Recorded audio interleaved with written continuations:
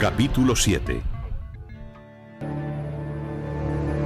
Los no tan felices años 20. 1925-1933.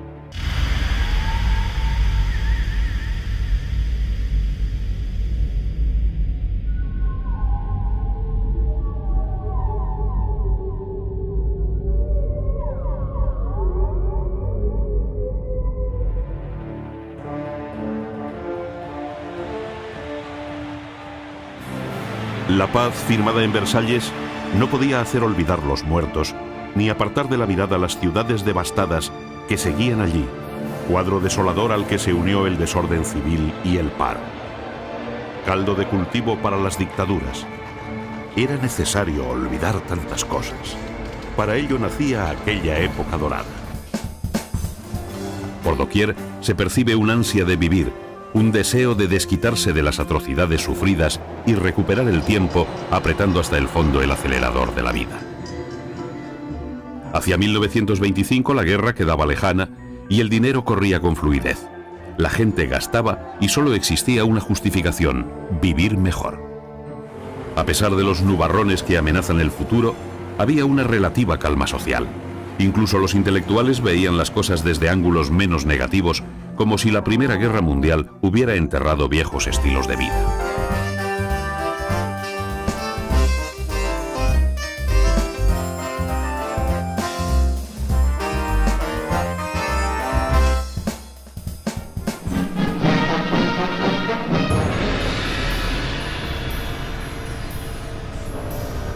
Los movimientos obreros entraron en un periodo de descanso porque, a pesar de las grandes diferencias entre las clases sociales, había pan y trabajo. El desarrollo económico, la incorporación de grandes masas de campesinos a la vida urbana, el descenso del analfabetismo, el acceso de la mujer a la vida social y la nueva legislación laboral rigen las relaciones entre obreros y patronos. La guerra había arruinado a unos y enriquecido a otros.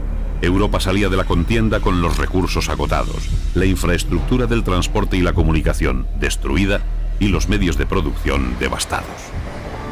Por su parte, Norteamérica, que emergía como gran potencia, había resultado indemne debido a la lejanía del teatro bélico, y el ritmo de producción impuesto por la guerra desarrolló su industria haciendo que se alzara con la hegemonía. Con la muerte del presidente Harding en agosto de 1923, su sucesor, el hasta entonces vicepresidente Calvin Coolidge, hizo pocos cambios. Era más conservador que Harding, más sensible a los intereses de los grandes hombres de negocios y combatió todo tipo de radicalismo y de cambio. Asumió una presidencia desacreditada por los escándalos y presionada por todo tipo de problemas urgentes tanto en casa como en el extranjero.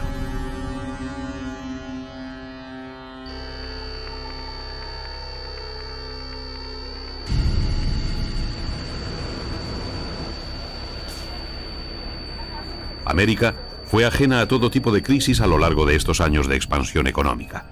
Bajaron los impuestos, se favoreció al capital y se mantuvieron altos aranceles proteccionistas. La economía por encima de todo.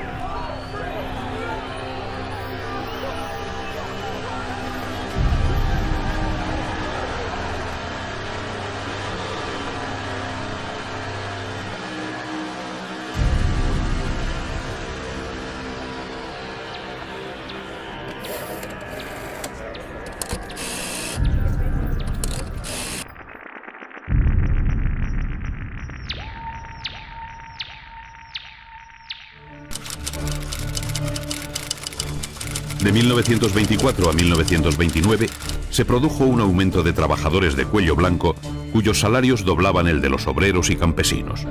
La población urbana aumentó.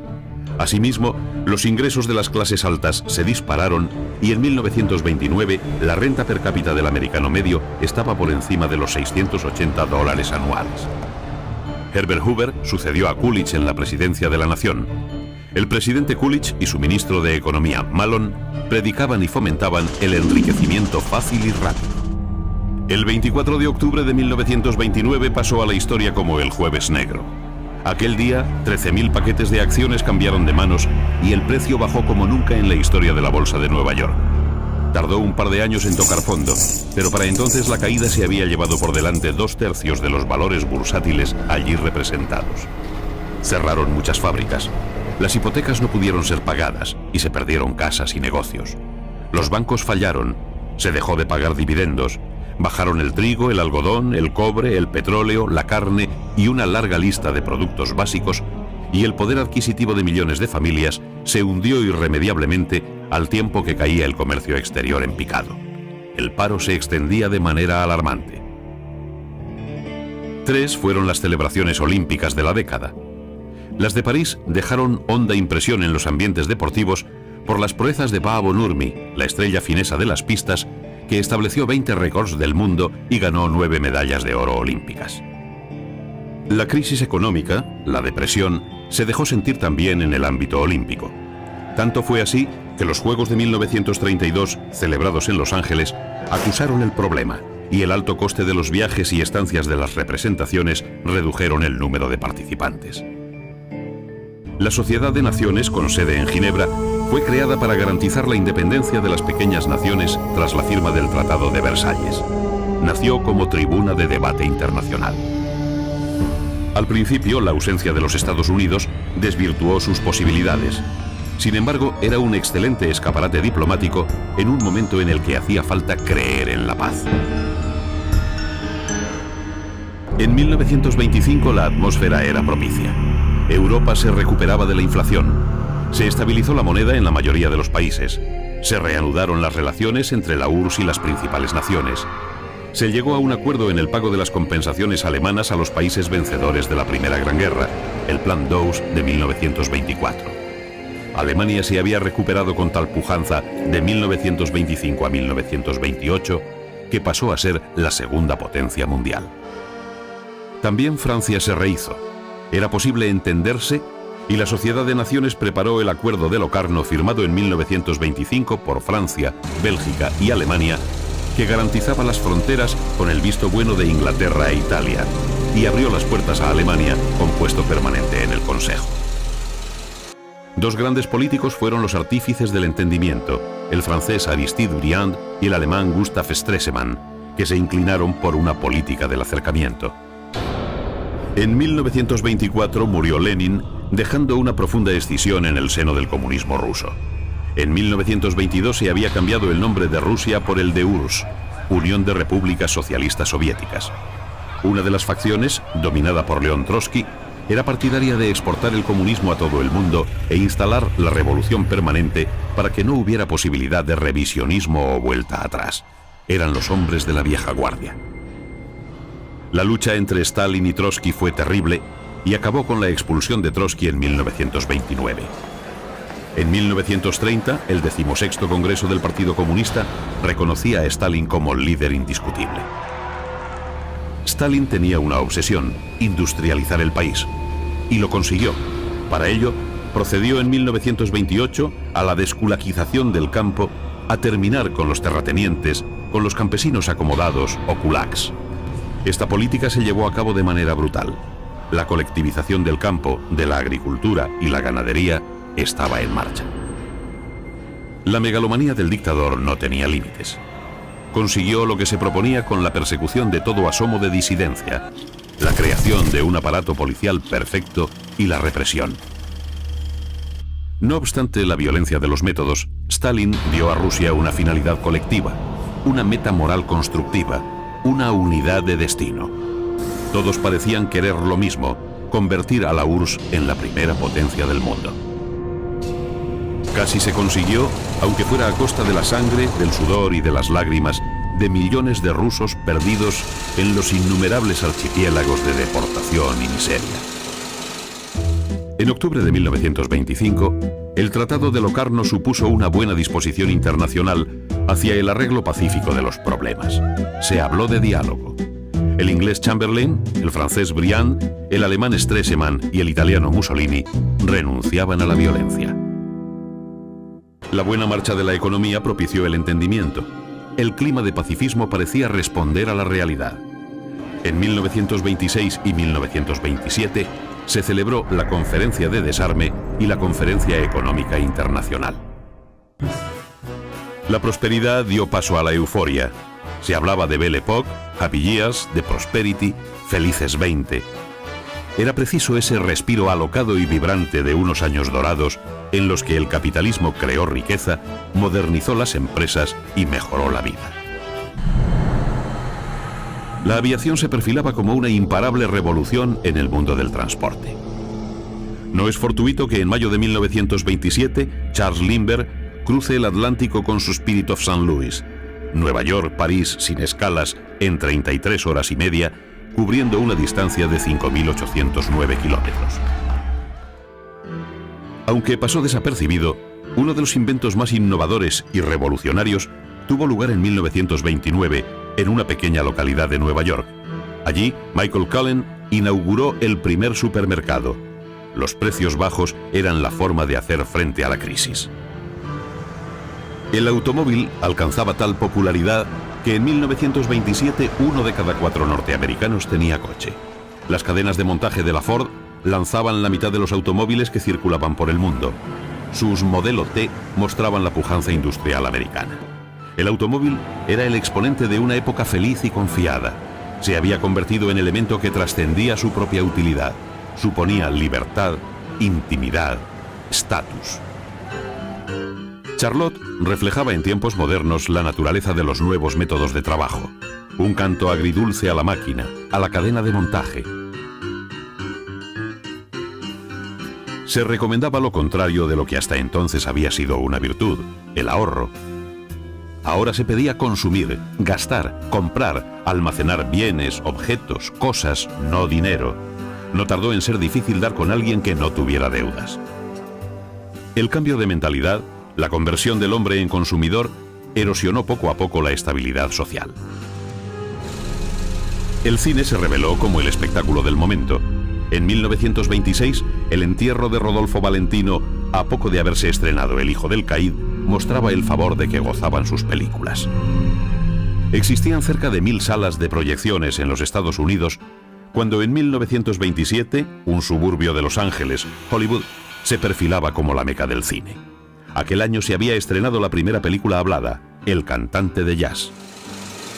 De hecho, lo único que sonaba eran las canciones de Al Jolson y unas cuantas frases de los protagonistas. Los premios de la Academy of Motion Picture Arts and Sciences no tardaron en aparecer. En 1927 se otorgaban los primeros en el Hollywood Roosevelt Hotel de Los Ángeles, que empezaron a llamarse Oscars en 1931. El cine se consagraba como el séptimo arte. En Rusia, Eisenstein rodó El acorazado Potemkin en 1925, el mismo año que Chaplin estrenaba La quimera del oro. El austríaco Fritz Lang, el director de directores por su Metrópolis, visión expresionista del mundo, causó gran impacto. La sonrisa sutil y la carcajada saludable y abierta la ponen Harold Lloyd con Marinero de agua dulce o El hombre mosca, y Buster Keaton con su Maquinista de la General. Contribuyen al humor de la época cómicos como Stan Laurel y Oliver Hardy, El gordo y el flaco. Greta Garbo empieza a brillar hacia 1931. El hipercapitalismo recurrió a métodos encanallados que exacerbaron los ánimos de las naciones menos desarrolladas y las prepararon para el mensaje comunista. Se estableció el sistema de los monocultivos, que condenó a los países del tercer mundo a las contingencias y fluctuaciones de los precios de las materias primas en las bolsas del mundo. El azúcar en Cuba, el café en el Brasil, las bananas en América Central. En la América de Calvin Coolidge, presidente cuyo mandato cubre estos años, las costumbres se relajan. Se dispara el número de cabarets, de music halls, de espectáculos y diversiones. La mujer se incorpora a la vida social y, al paso que se van acortando las faldas por primera vez en la historia, se introduce en actividades hasta entonces cerradas para ella. El ritmo de la vida es el del foxtrot y el charleston.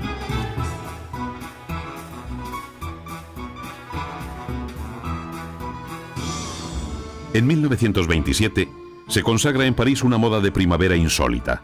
Las faldas llegan hasta las rodillas y la línea del talle está a la altura de las caderas. El negro, como color preponderante, resalta la figura de la mujer. Menos mal que en 1933 se inventó el Valium, que ayudaría a paliar los dolores de cabeza y la ansiedad que se avecinaba debido a estos cambios drásticos en la sociedad occidental. En 1925 se celebra en Washington el primer congreso del Ku Klux Klan. club racista que practica la violencia racial. Era una organización poderosa con más de 5 millones de afiliados. Su racismo no era teórico. Estaban dispuestos incluso a eliminar físicamente a negros, judíos, católicos. Antes de 1930, los Estados Unidos se habían expandido por el Caribe y Centroamérica. Era la potencia hegemónica del hemisferio americano, donde acumulaba productos y materias primas necesitadas de nuevos mercados. El boom del automóvil provocó un hiperdesarrollo de otras industrias: el vidrio, el petróleo, el caucho, la herramienta, al tiempo que se requería una mayor atención a otras materias primas agrícolas procedentes de Iberoamérica. En la América Latina, la crisis se vivió de forma intensa y dramática, originando revueltas y revoluciones. La disminución masiva de exportaciones fue seguida de bajas en la cotización de las monedas y desequilibrios financieros que dieron lugar a disturbios políticos y sociales. La tendencia revolucionaria tomó en unos casos un cariz liberal, pero en la mayoría de los casos fue totalitaria. La caída de las exportaciones de café arrastró al Brasil en 1930 hacia la revolución. En Argentina, el gobierno radical de Irigoyen fue derrocado por los militares tras la caída de la moneda y ocuparon el poder los militares del general Uriburu. Chile experimentó de forma grave la crisis al amenazar los nitratos sintéticos, el producto de exportación más importante de aquel país. En México, las revueltas cristeras ponían de manifiesto el anticlericalismo de la izquierda, a menudo ajeno a los deseos del pueblo. En Cuba se funda el Partido Comunista, que se proponía a sí mismo acabar con la influencia de la Iglesia por creerla en connivencia con el régimen corrupto de Gerardo Machado. En Lima nace el Partido Comunista Peruano, que aspira a instalar la dictadura del proletariado, mientras el APRA combatía la influencia norteamericana. En general, las huelgas y descontento se apoderan de la mayoría de los países, y con ellas el levantamiento contra la amenaza norteamericana. Detonante de esta situación fue el tratado que limitaba la soberanía panameña, firmado en 1926. Sandino se niega a aceptar la invasión norteamericana de Nicaragua. Con el ritmo impuesto a la producción mundial, se abarrotaron los mercados. La oferta superó a la demanda y cayeron los precios en picado. Los salarios se estancaron o subieron poco, y con ello el poder adquisitivo. Se retrajo la inversión, ya que no daba los beneficios que proporcionaba la bolsa. En 1924 moría Lenin y ascendía imparable la estrella sangrienta de Stalin, también la de Hitler. En Italia, Benito Mussolini, que fue socialista hasta 1925, se deslizó hacia el totalitarismo fascista apoyado por la burguesía, y en 1926 ostentaba casi todos los poderes. Al abrigo del desarrollo y la prosperidad, el pueblo se puso de su lado porque había devuelto el prestigio a Italia. Como Primo de Rivera en España, una de las obsesiones de Mussolini fueron las obras públicas, las infraestructuras viarias, el ferrocarril, las carreteras. Tuvo la obsesión latina de la magnificencia. Su pensamiento político estaba teñido de filantropía y altruismo patriótico. Con sus banderas y estandartes, sus uniformes y canciones, sus consignas y desfiles, el fascismo consiguió efectos hipnóticos sobre las masas.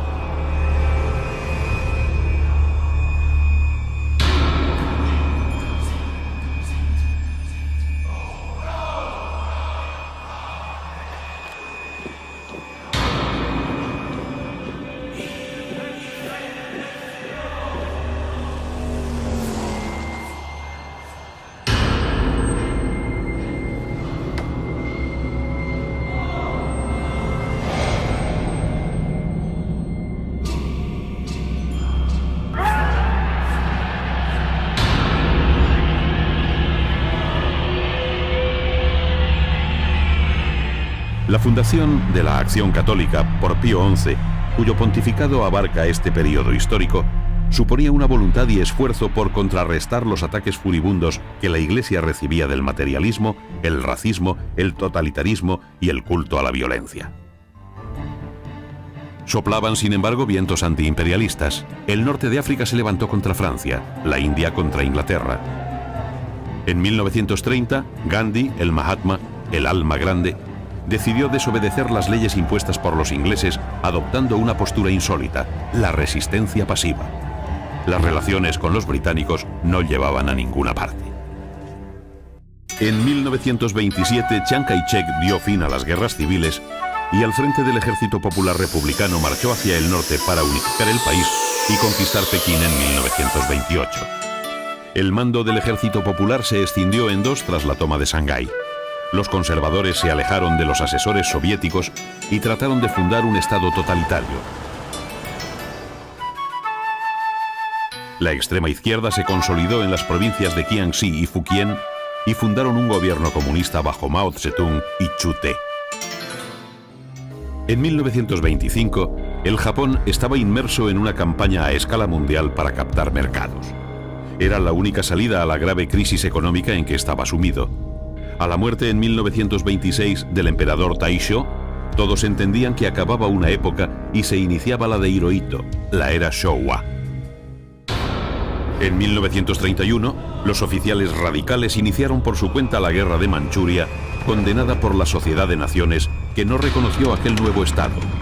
Ante la actitud de Occidente, el Japón dejó aquel organismo en marzo de 1933 y, contraviniendo lo dispuesto por el Tratado de Washington, comenzó a rearmarse. A su vez, las cosas no se solucionaban tampoco en Alemania, y cuando Hindenburg fue reelegido, nombró canciller a Hitler. Era el 30 de enero de 1933. Hitler disolvió el Parlamento y convocó elecciones. El incendio del Reichstag una semana antes le sirvió para implicar a los socialdemócratas y comunistas en el hecho. Consiguió una mayoría suficiente para afianzarse en el poder. Antes, en 1929, el primer ministro inglés, el laborista MacDonald, formó un gobierno de coalición. Para hacer frente a los problemas derivados de la crisis, bajó los salarios, limitó el subsidio de paro y tomó una serie de medidas que dieron lugar a una oleada de huelgas. El déficit presupuestario de 1931-32 ascendió por encima de los 800 millones de libras. Se devaluó la moneda, se abandonó el patrón oro y se terminó renunciando al librecambismo. En Francia la crisis se retardó 1 o 2 años, pero la tirantez entre el bloque nacional y la coalición de izquierdas dificultó la evolución política sosegada que hubiera podido afrontar mejor la crisis. Poincaré, presidente desde 1926 al 29, había devaluado el franco y había orientado la economía hacia el proteccionismo de la industria y del campo mediante fuertes aranceles, pero nada pudo evitar que en 1931 la crisis fuera ya enorme. Así, la terrible herencia de Wall Street fueron Hitler y el sistema soviético, que salieron reforzados y ganaron posiciones. El espectro de la revolución estaba en el ánimo de todos. El malestar sirvió de caldo de cultivo para el encumbramiento de totalitarismos furibundos. Alemania, fanatizada, se dividió en izquierda roja y derecha ciega casi mitad-mitad. 6 millones en cada bando. En 1931, los conservadores subvencionaron al partido de Hitler ante el pánico burgués por el avance de la izquierda, las algaradas callejeras, el desorden, la inflación, las dificultades económicas. Hindenburg, reelegido en 1932, llamó a la Cancillería a Franz von Papen. Era mayo de 1932. Se legalizó a los nazis de nuevo en la ingenua esperanza de integrar a sus votantes. En el ámbito científico, un hecho de capital trascendencia tuvo lugar en 1924. Ernest Rutherford dividió los núcleos atómicos. La veda nuclear estaba abierta. En 1930, el norteamericano Ernest Orland Lawrence construyó su ciclotrón, un aparatito de poco más de 11 centímetros de diámetro para acelerar partículas. 2 años después, James Chadwick descubrió el neutrón. Eran los comienzos de la era atómica.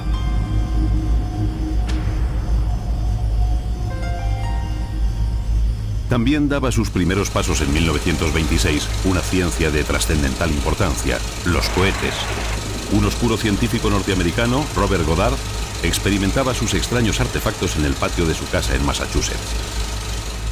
En Europa, un grupo de jóvenes científicos al que se unió Wernher von Braun en 1930 empezaba a experimentar con cohetes propulsados mediante combustible líquido.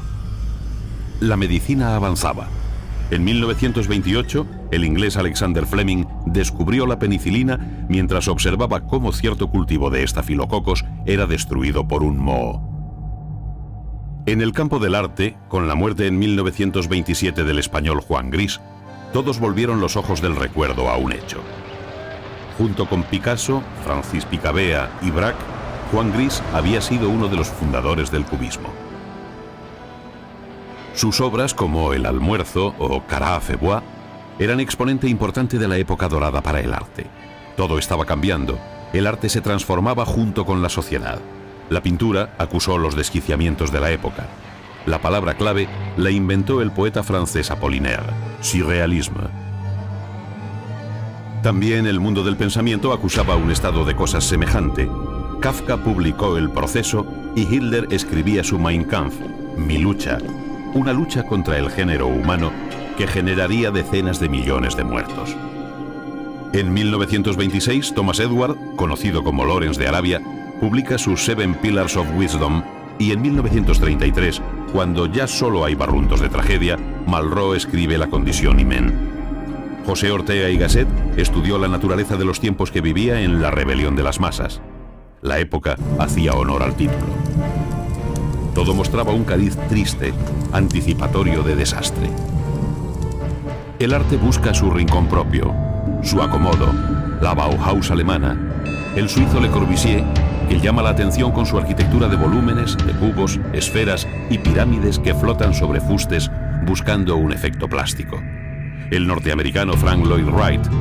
Y al final, la huida hacia el cielo, la arquitectura vertical, el Empire State Building neoyorquino que asombra al mundo en 1931.